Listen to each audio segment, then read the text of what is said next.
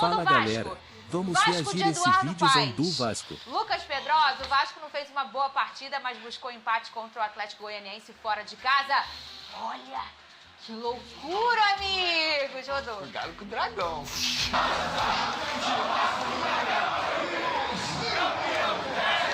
Atleticanos e vascaínos voltaram a se encontrar no Antônio Ascioli. Quase 15 dias após o confronto do Campeonato Brasileiro, aquele, lembra, que não cabia quase ninguém, agora a partida válida pela Copa do Brasil. Quem estava dentro e ligado era o Luiz Fernando, que deu passe na medida para o Emiliano Rodrigues fazer Atlético 1-0. No segundo tempo, após boa troca de passes, o Verratti aproveitou o cruzamento e de voleio empatou. 1-1 Antônio Ascioli. Com o empate, a decisão da vaga para a fase quartas de final da Copa do Brasil fica para terça-feira em São Januário. Mas o torcedor do Atlético sai com um sentimento de frustração. Afinal, já são mais de 2 meses sem uma vitória aqui no estádio Antônio Ascioli. Pra nós aí, derrota. O Atlético jogou bem. Eu fiquei encabulado, porque igual assim, teve jogo que foi pior.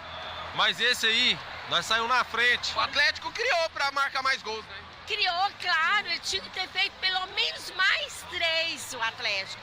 Não teve nada a ver deixar fazer gol. Você não recebeu o presente de aniversário que você gostaria, né? Não. Não, mas... Rafael, eu acredito que não vai passar. Eu acredito que não vai vencer lá o Vasco lá. O Atlético jogou muito bem, dominou o jogo.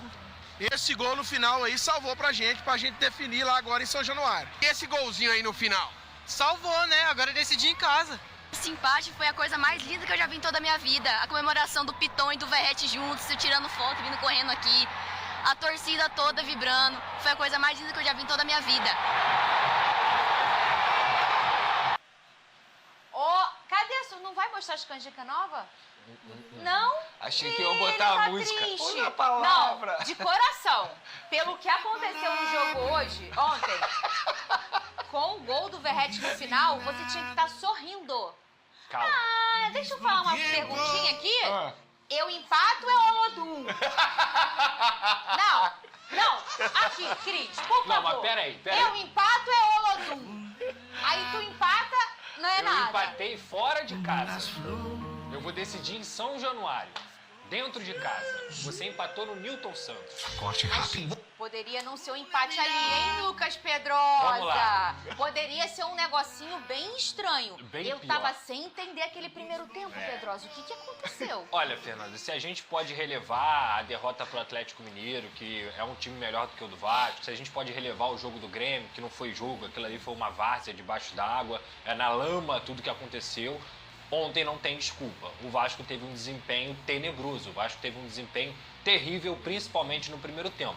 Completamente irreconhecível, foi o pior jogo do Rafael Paiva à frente do Vasco da Gama, um time espaçado. Eu falei aqui sobre o David ontem, sobre ele recompor, e assim, o David calou minha boca no sentido negativo, porque ele não conseguiu recompor em nenhum momento. O Watson não fechava na segunda linha também. O Vasco, na saída de bola, estava com muita dificuldade. O Maicon, infelizmente, mesmo sem ter a lesão detectada, ficou fora. E aí o Rojas entrou errando praticamente tudo. Inclusive teve um gol nas costas dele. O Léo Jardim, para mim, naquele momento ali, ele falha no gol, porque era um chute no canto dele. Ele não pode tomar esse gol justamente por ele ser o goleiro de um alto calibre. É um Vasco completamente perdido dentro de campo. O Atlético Goianiense teve chance de fazer 3, 4 gols no primeiro tempo e não seria nenhum exagero. Tanto que o Paulo Henrique e o Rojas salvam uma bola em cima da linha. E quando o Vasco tentava jogar, o que o Atlético Goianiense fazia malandramente? Parava a jogada com falta. Para vocês terem a noção, isso são números, o Atlético Goianiense fez 13 faltas no primeiro tempo. Venceu e foi avassalador até nisso. Sabe quantas faltas o Vasco fez? 0. O que mostra que o Vasco não entrou ligado no jogo, não conseguiu entender, não teve leitura e hoje não tem desculpa. O gramado estava bom, estava tudo certinho, o time do Vasco praticamente todo titular. O Felipe Coutinho era o único jogador que ainda tentava ser lúcido de alguma forma, mas mesmo assim, e repito, foi estratégia, ele sofreu das 13 faltas, 4 faltas em cima do Felipe Coutinho. Então o Vasco não conseguiu jogar no primeiro tempo, volta para o segundo tempo da mesma forma. Eu achei impressionante o Rafael Paiva não ter conseguido detectar que o Vasco não teve nenhum tipo de mudança de postura, e ele mantém o David, ele mantém o Rojas, o Vasco não se encontra no jogo, ele só vai substituir aos 15, 20 minutos do segundo tempo, quando o Paê entra, e esse sim muda um pouco a dinâmica do Vasco, acerta todos os passes, consegue dar um pouquinho mais de ímpeto. Mas mesmo assim, no segundo tempo o Atlético Goianiense continuou sendo superior ao Vasco da Gama. Aí, num lance onde ninguém mais esperava que nada fosse acontecer, já dava a derrota como certa, o Lucas Piton, que faz uma partida ruim, acerta um cruzamento belíssimo para o Verratti, e esse sim, merece todas as palmas, todos os sucessos que a gente poderia colocar para ele aqui, é merecido, porque ele acerta um voleio maravilhoso, empata a partida e consegue um resultado que foi muito melhor do que o desempenho do Vasco. A grande verdade é que o Vasco fez uma péssima partida ontem. Ô, Vene Casagrande, o Piton talvez não foi a sua melhor, passou longe, inclusive, de ser sua melhor partida com a camisa do Vasco. É um jogador muito regular e muito bom, mas ontem não performou no que a gente está acostumado a ver. Porém, quando o cara é o cara, ele pode não estar aparecendo tanto, mas na hora que tem que ser, ele resolve o negócio.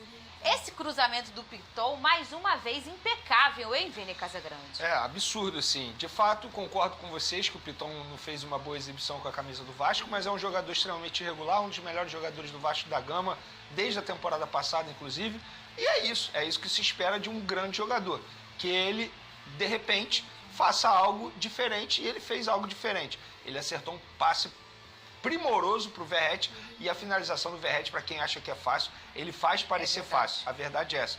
Que momento vive o atacante vascaíno, um baita jogador, tem que dar todos os parabéns para ele, porque não é uma finalização fácil. Agora, vou ser sincero, embora o Vasco tenha jogado mal, como vocês mencionaram aí, eu acredito na classificação do Vasco dentro de São Januário. Claro. Encarar o Vasco dentro de São Januário é uma das tarefas mais difíceis, independentemente do momento que o Vasco da Gama esteja vivendo. A verdade é essa.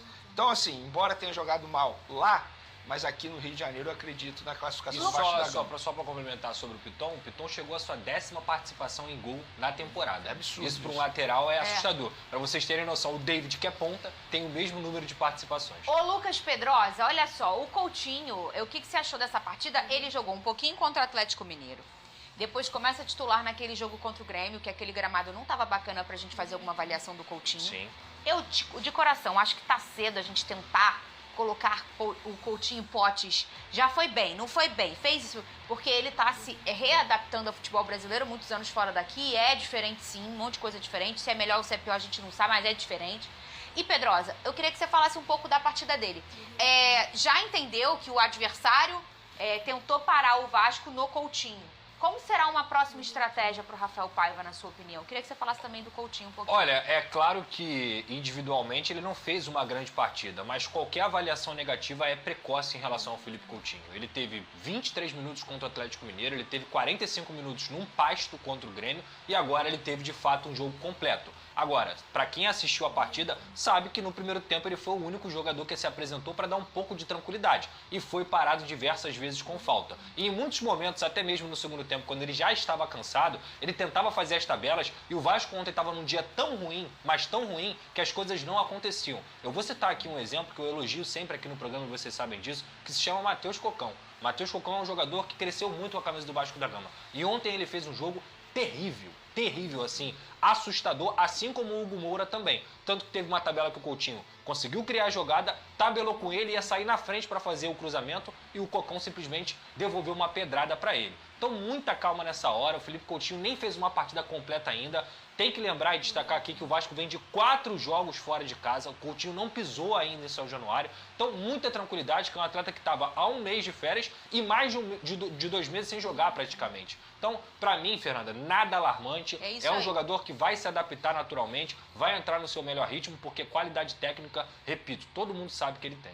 E o Fluminense? Fala família vascaína, reagindo a esse vídeozão. Créditos e agradecimentos ao troca de passes no Sport T. Infelizmente péssimo jogo do Vasco para se comentar, o time jogou muito mal hoje. Poderíamos ter saído com um resultado péssimo hoje, mas dos males o menor, conseguimos o empate, que é um resultado que nos tranquiliza pro jogo de volta. Temos que falar que falha bizarra do Léo Jardim, tem falhado muito esse ano, desse jeito tá muito difícil, ele faz defesas difíceis e as fáceis ele tem entregado. Como um goleiro do nível dele toma um gol desse em menos de 10 minutos de jogo, compromete todo o time, é bizarro o que ele tem feito. Talvez seja bom botar ele no banco e dar uma oportunidade ao goleiro Kehler. Muitas falhas comprometedoras, e digo mais, no jogo passado aquela bola do Soteldo era defensável, ele falhou nos 2 últimos jogos na sequência, e em jogos determinantes para a temporada, ressaltar a grande partida do Pirata Vegeti, jogou muita bola, Paê e Coutinho.